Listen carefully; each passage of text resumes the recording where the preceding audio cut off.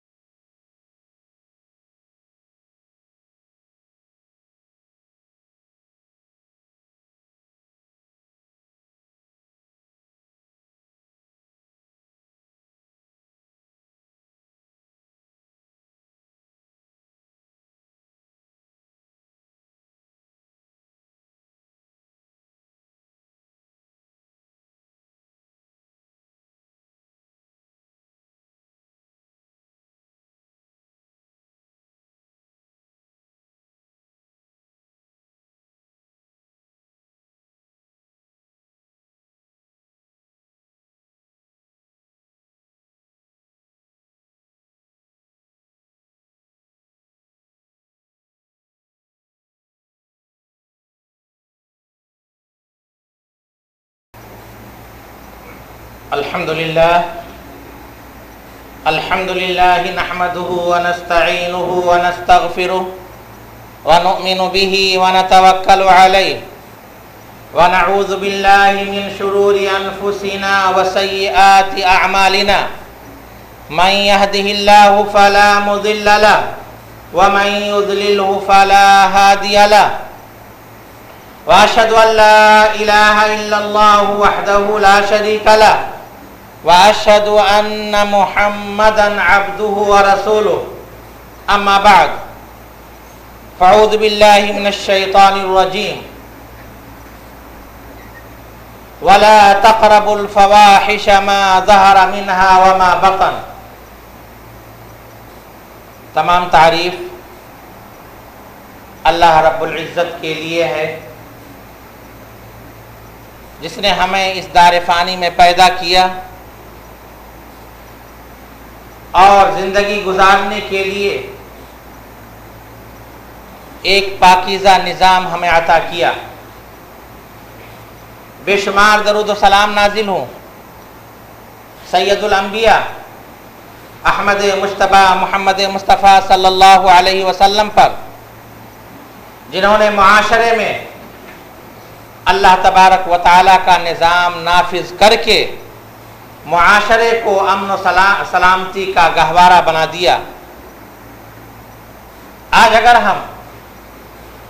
اپنے معاشرے پر نظر ڈالیں تو ہمیں یہ نظر آتا ہے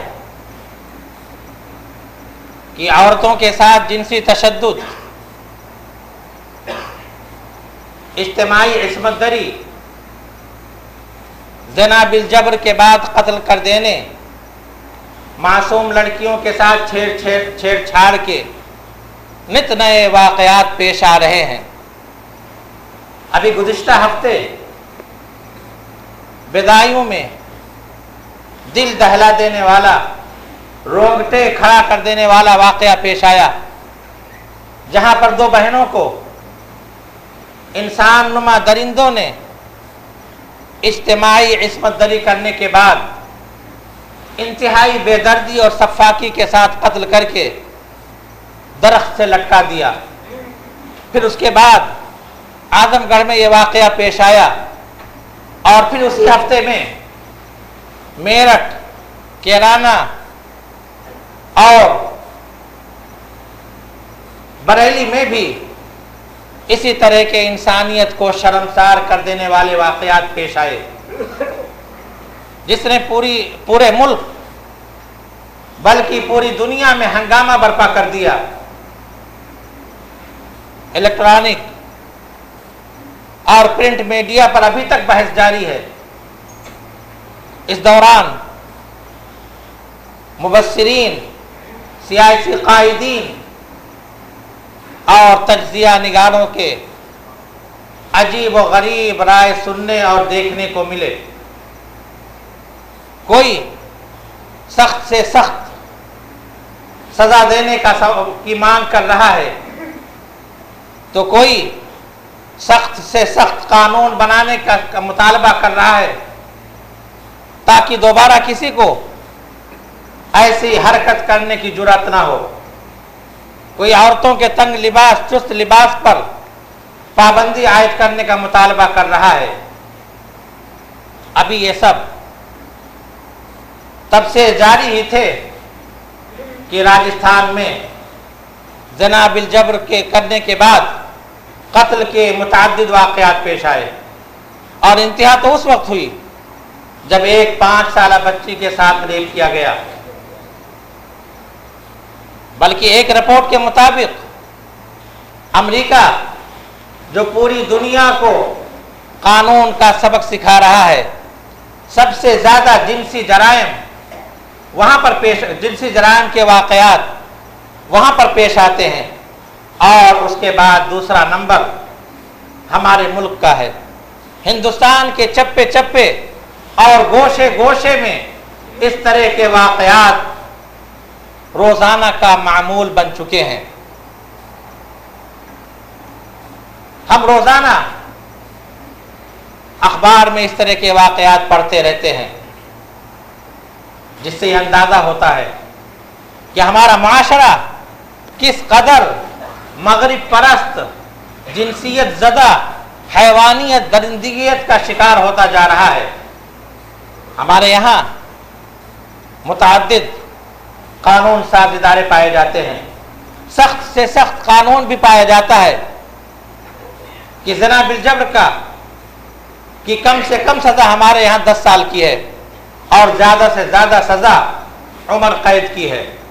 اتنی سخت سزا ہونے کے باوجود اس طرح کے واقعات میں دن بدن اضافہ کیوں ہوتا جا رہا ہے؟ اس کے مختلف اسباب ہیں۔ ایک سبب تو یہ ہے کہ اگرچہ ہمارے یہاں سخت قانون پایا جاتا ہے، لیکن اس کے نفاذ کے سلسلے میں تساہل اور لاپرواہی سے کام لیا جاتا ہے، اور ہمارے یہاں رشوت تو بڑے بڑے معاملات، بڑے بڑے مسائل کو حل کر دیتی ہے۔ چنانچہ اس معاملے میں بھی رشوت کے ذریعے ان معاملات کو دبا دیا جاتا ہے۔ نیز بڑے خاندان اور بااثر لوگ غریب خاندان کی لڑکیوں کو ڈرا دھمکا کر خاموش رہنے پر مجبور کر دیتے ہیں۔ اس سلسلے میں اس حوالے سے ہمارے یہاں جو قانون پایا جا رہا ہے، اگر اس کے نفاذ کے سلسلے میں ذمہ دار طبقہ امانت دار ہوتا تو جرائم کا گراف اتنا نہ بڑھتا۔ لیکن زنا بالجبر کے بارے ہی میں، اس کی سزا کے بارے میں اگر تجزیہ کیا جائے تو ہمیں یہ معلوم ہوگا کہ زانیوں میں سے 1/4 کو ہی سزا ملتی ہے، اور وہ بھی سالوں عدالت کے دروازے پر بھٹکنے کے بعد، ورنہ عام طور پر سینہ تان کر دندناتے پھرتے ہیں۔ جس قدر جرائم کا گراف ہمارے معاشرے میں بڑھتا جاتا ہے، سزا یابی کی شرح اتنی ہی کم ہوتی جا رہی ہے۔ ہمارے نظام میں ایک خرابی یہ بھی ہے کہ ہمارے نظام میں زنا بالجبر کو ہی جرم سمجھا جا رہا ہے۔ اگر 2 بالغ مرد اور عورت اپنے مرضی سے آپس میں جسمانی تعلقات قائم کریں تو اسے جرم نہیں سمجھا جاتا۔ یہ نظریہ بھی جنسی جرائم کو بڑھاوا دیتا ہے اور مردوں کو جنسی جرائم پر آمادہ کرتا ہے۔ اس کے علاوہ ہمارا مشرقی معاشرہ، جہاں کی حسن معاشرت اور حسن اخلاق کی داستانیں ابھی پرانی نہیں ہوئی ہیں، جہاں عورتوں کو ماں، بہن، بیٹی، بیوی کی شکل میں دیوی اور ماتا سمجھا جاتا تھا، اگر ہم اپنے اس حسن معاشرت کا پاس و لحاظ کرتے تب بھی جرائم اتنے نہ بڑھتے۔ اس کے علاوہ عورتوں میں پائی جانے والی بے پردگی، بے راہ روی، بے حیائی، بد چلنی، بد کرداری، ان چیزوں نے بھی ہمارے معاشرے میں ان جرائم کو بڑھاوا دیا ہے، جس میں اگر مرد ذمہ دار ہے تو عورتیں بھی کم ذمہ دار نہیں۔ سوال یہ ہے کہ آخر پھر ان جرائم کا خاتمہ کیسے ہوگا، ان پر بند کیسے لگایا جائے گا؟ اس کی ایک ہی صورت ہے، ایک ہی حل ہے کہ انسان اپنے خالق و مالک کے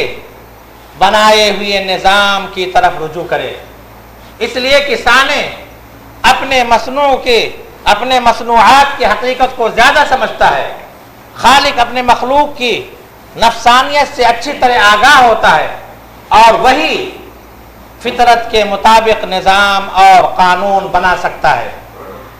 ورنہ مبصرین جو رائے پیش کر رہے ہیں وہ انتہائی مضحکہ خیز ہے، اس لیے کہ انہیں یہ انسانی سوچ اور فکر کا نتیجہ ہے۔ انہیں اپنے خالق کی معرفت حاصل نہیں، اور نہ ہی وہ اس کے نظام کو سمجھ سکتے ہیں، جبکہ اسلام دین فطرت ہے، اس کا دیا ہوا نظام فطرت کے مطابق ہے۔ اس فطری نظام نے مرد اور عورت کو بطور انسان ہونے کے برابر قرار دیا ہے، اور دونوں کی دنیاوی اور اخروی کامیابی کے اصول بھی ایک ہی مقرر کیے ہیں۔ البتہ مرد اور عورت میں عورت کو نازک قرار، عورت چونکہ نازک ہے اس لیے اس کی حفاظت کی زیادہ ضرورت ہے، اور فطری طور پر ہم اس نزاکت کو سمجھتے ہیں۔ آپ دیکھیں،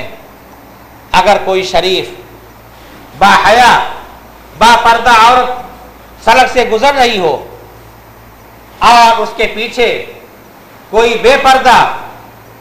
شوخ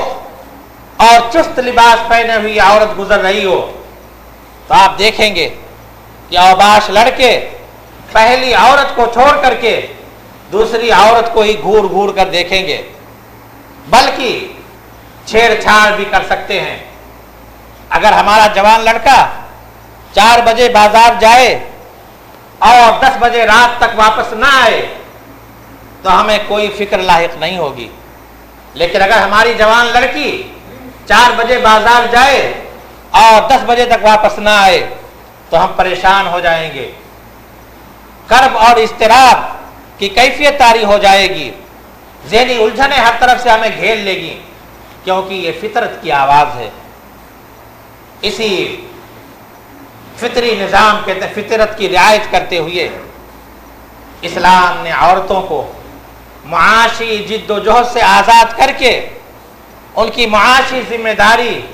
مرد پر عائد کی ہے، اور دونوں کے دائرے کار مقرر کیے ہیں۔ مرد گھر سے باہر کا ذمہ دار ہے، اور عورت گھر کی ملکہ اور گھر کی چراغ ہے، اور اسی میں اس کی رونق پائی جاتی ہے۔ لیکن اس کے باوجود اگر کوئی عورت اپنے ذوق کی تسکین کے لیے اور اپنے رجحان کے تحت اسلامی دائرے میں، اسلامی شریعت کے دائرے میں رہ کر کوئی کام کرنا چاہتی ہے تو اسلام اس پر بھی پابندی نہیں لگاتا، لیکن عورت پردہ ہے اور پردے ہی میں اس کا حسن جھلکتا ہے۔ اس کے ساتھ ساتھ عورت نے خواتین کے تحفظ کے لیے وہ ایسے پاکیزہ تعلیمات پیش کیے ہیں کہ ان پر عمل پیرا ہو کر کے معاشرہ امن و سلامتی کا گہوارہ بن سکتا ہے، اور جرائم کا خاتمہ خود بخود ہو سکتا ہے۔ چنانچہ اس سلسلے میں اسلام نے سب سے پہلے دل کی تربیت، دل کی اصلاح پر زور دیا ہے کہ اس میں ہم اللہ تبارک و تعالیٰ کا خوف، اس کے سامنے جواب دہی، اس کی نگرانی کا احساس پیدا کریں۔ جو علیم و خبیر ہے، جو ہمارے دل کے راز کو، ہمارے آنکھوں کے خیانت کو سمجھنے والا ہے، جس نے اپنے اطاعت شعار فرشتوں کو مقرر کر رکھا ہے، جو ہماری ایک ایک حرکت، ایک ایک ادا کا ریکارڈ تیار کرتے ہیں، اور قیامت کے دن ہمارے منہ پر مہر لگا دیا جائے گا، اور ہمارے یہی اعضاء و جوارح جن کو لذت پہنچانے کے لیے ہم غیرت الہی کو چیلنج کر رہے ہیں، قیامت کے دن یہی ہمارے خلاف گواہی دیں گے۔ جب بندے کے اندر یہ احساس اس کے دل میں یہ احساس پیدا ہوگا تو وہ ذمہ دار ہستی بن جائے گا. اس کے دل کے اندر ایک پہرے دار، ایک چوکیدار، ایک پولیس بیٹھ جائے گی جو ہر لمحے اس کی نگرانی کرے گی. یہ ایک فطرت ہے کہ انسان کے اندر جب کسی گناہ کا جذبہ پیدا ہوتا ہے تو لوگوں کی نگاہوں سے روپوش ہو کر کے وہ گناہ کرتا ہے تاکہ لوگوں کی نگاہیں اس پر نہ پڑیں اور اس کی سبکی نہ ہو. جب بندہ اپنے رب کے بارے میں یہ یقین رکھے گا، یہ عقیدہ رکھے گا کہ اس کا رب اس کی ہر حرکت کو دیکھ رہا ہے، اس کی نگرانی سے ایک سیکنڈ کے لیے بھی وہ خارج نہیں ہو سکتا، تب پھر حکم الہی کو پامال کرنے کی اسے جرأت، اس کے اندر جرأت نہیں پیدا ہوگی. اور اگر نفس امارہ کے بہکاوے میں آ کر اس سے اگر کوئی بھول چوک ہو جائے گی تو فوراً اس کا ضمیر اس کو ملامت کرے گا اور توبہ و استغفار کے ذریعے اللہ تبارک و تعالیٰ سے مغفرت کا طلبگار ہوگا. اور ضمیر کی بیداری کے ایسے ایسے نمونے ہوں گے کہ حضرت معاذ بن اسلمی رضی اللہ تعالی عنہ اور حضرت غامدیہ رضی اللہ تعالی عنہ جیسے لوگ جن سے خلوت میں تنہائی میں زنا کا جرم سرزد ہو گیا تھا، بھاگے رسول اللہ صلی اللہ علیہ وسلم کی خدمت میں خود حاضر ہوئے اور اپنے جرم کا اعتراف کر کے سزا کی درخواست کی تاکہ وہ اپنے گناہ سے پاک صاف کر دیے جائیں. اور جہاں اس طرح کے واقعات تاریخ کے صفحات میں سنہرے الفاظ میں لکھے ہوئے ملتے ہیں، وہیں آج بھی اس طرح کے پاکیزہ لوگ پائے جاتے ہیں.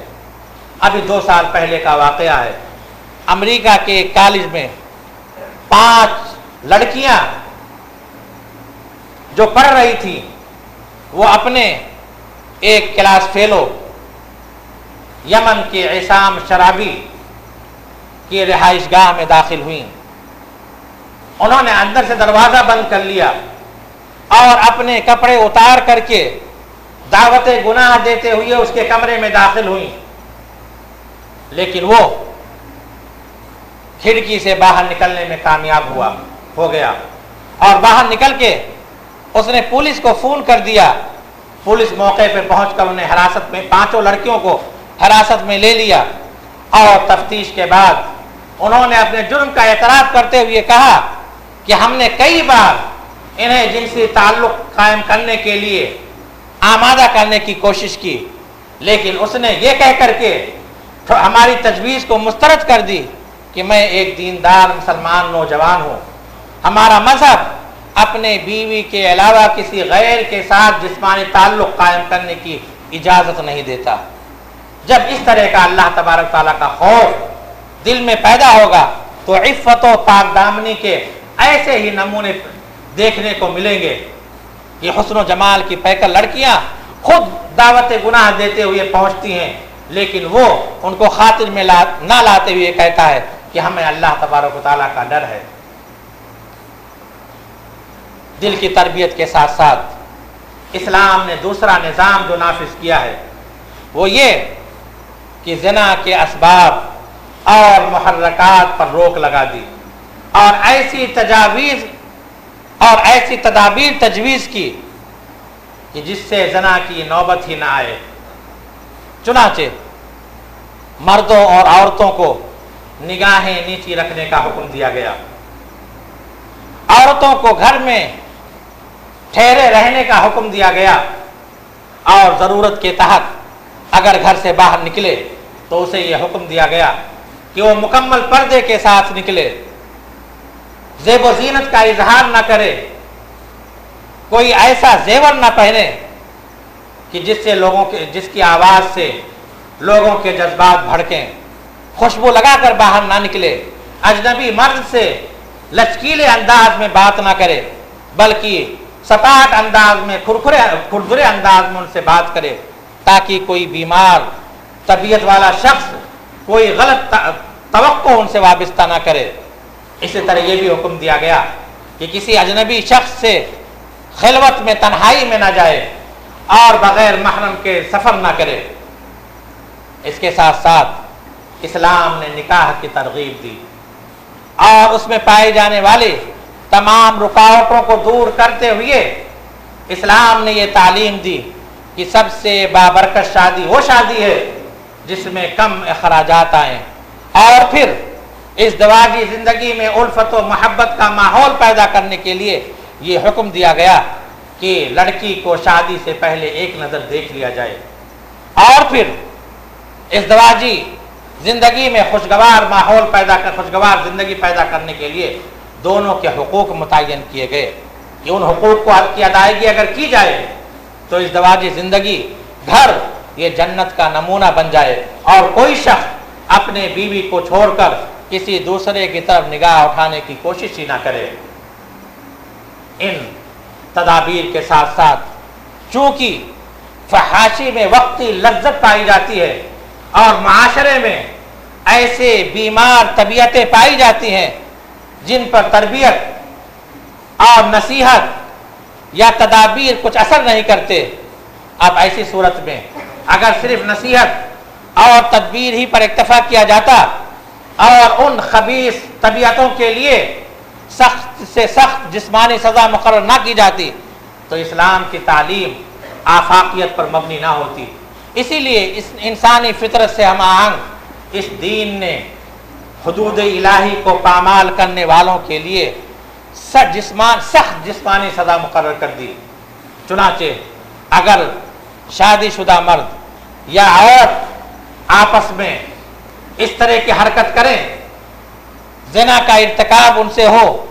تو انہیں سنگسار کرنے کا حکم دیا گیا، یعنی ایسے معاشرے میں انہیں زندہ رہنے کا کوئی حق نہیں، انہیں پتھر مار مار کر کے ہلاک کر دیا جائے۔ اور اگر غیر شادی شدہ مرد یا عورت سے ایسا جرم سرزد ہو جائے تو انہیں 100 کوڑے اور 1 سال کی جلا وطنی کی سزا سنائی گئی۔ اور سزا کے نفاذ کے سلسلے میں یہ سخت حکم دیا گیا کہ رنگ و نسل اور امیری و غریبی کی پرواہ کیے بغیر سب پر برسر عام مومنوں کی ایک جماعت کے سامنے یہ سزا نافذ کی جائے تاکہ لوگوں کے لیے نشان عبرت ہو اور کوئی دوسرا ایسی حرکت کرنے کی جرات نہ کر سکے۔ یہ ہیں اسلام کی پاکیزہ تعلیمات جن کو عمل کر کے ہر جگہ ہر زمانے میں اور ہر وقت خوشگوار زندگی بسر کی جا سکتی ہے۔ میرے بھائیوں، اگر ہم شروع ہی سے اپنے بچوں کو حیا اور پردے کا سبق دیتے اور لڑکیوں کو یا عورتوں کو بے لباس چست لباس نہ کرتے تو آج یہ برا دن ہمیں نہ دیکھنے کو ملتا۔ آج عریانیت، فحاشیت کے مناظر فلموں سیریلوں میں عشق و معاشقے کی داستانوں اور شہوانی جذبات کو بھڑکانے والے مناظر نے نوجوانوں میں شہوانی جذبات کو بھڑکا دیا ہے۔ ہماری خرابی یہ ہے کہ جب کوئی واقعہ، کوئی حادثہ پیش آتا ہے تو بڑا شور کیا جاتا ہے، بڑا واویلا کیا جاتا ہے، لیکن اگر یہ کہا جائے کہ عورتوں کو حیا کا سبق دیا جائے، پردے کا سبق دیا جائے، انہیں باپردہ کیا جائے تو اسے پرانے خیالات پر محمول کیا جاتا ہے۔ میرے بھائیوں، قوانین کے بنانے سے ایک حد تک جرائم پر قابو پایا جا سکتا ہے، لیکن جب تک معاشرے سے فحاشی عریانیت کا خاتمہ نہیں ہوگا اور گندی فلموں اور سیریلوں کا خاتمہ نہیں ہوگا تب تک برائیاں معاشرے سے ختم نہیں ہو سکتی۔ اسی لیے اسلام نے قوانین کے ساتھ ساتھ تربیت پر بھی زور دیا ہے۔ اس لیے اگر ہم یہ چاہتے ہیں کہ معاشرے سے ان برائیوں کا خاتمہ ہو تو اسلام کی دی ہوئی پاکیزہ تعلیمات پر عمل کرنا ہوگا۔ آج ہم خواتین کو دیکھیں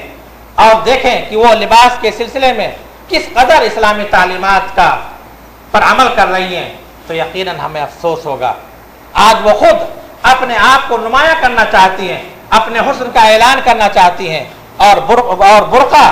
جو کہ جس کا استعمال پردے کے لیے ہوتا ہے، آج اس میں بھی زیب و زینت اور اس طرح کی میناکاری کی جاتی ہے کہ وہ خود کشش اور بری نگاہوں کو دعوت کر دینے والا بن گیا ہے۔ اس لیے میرے بھائیوں، جب تک کہ انسان اللہ تبارک و تعالیٰ کے بنائے ہوئے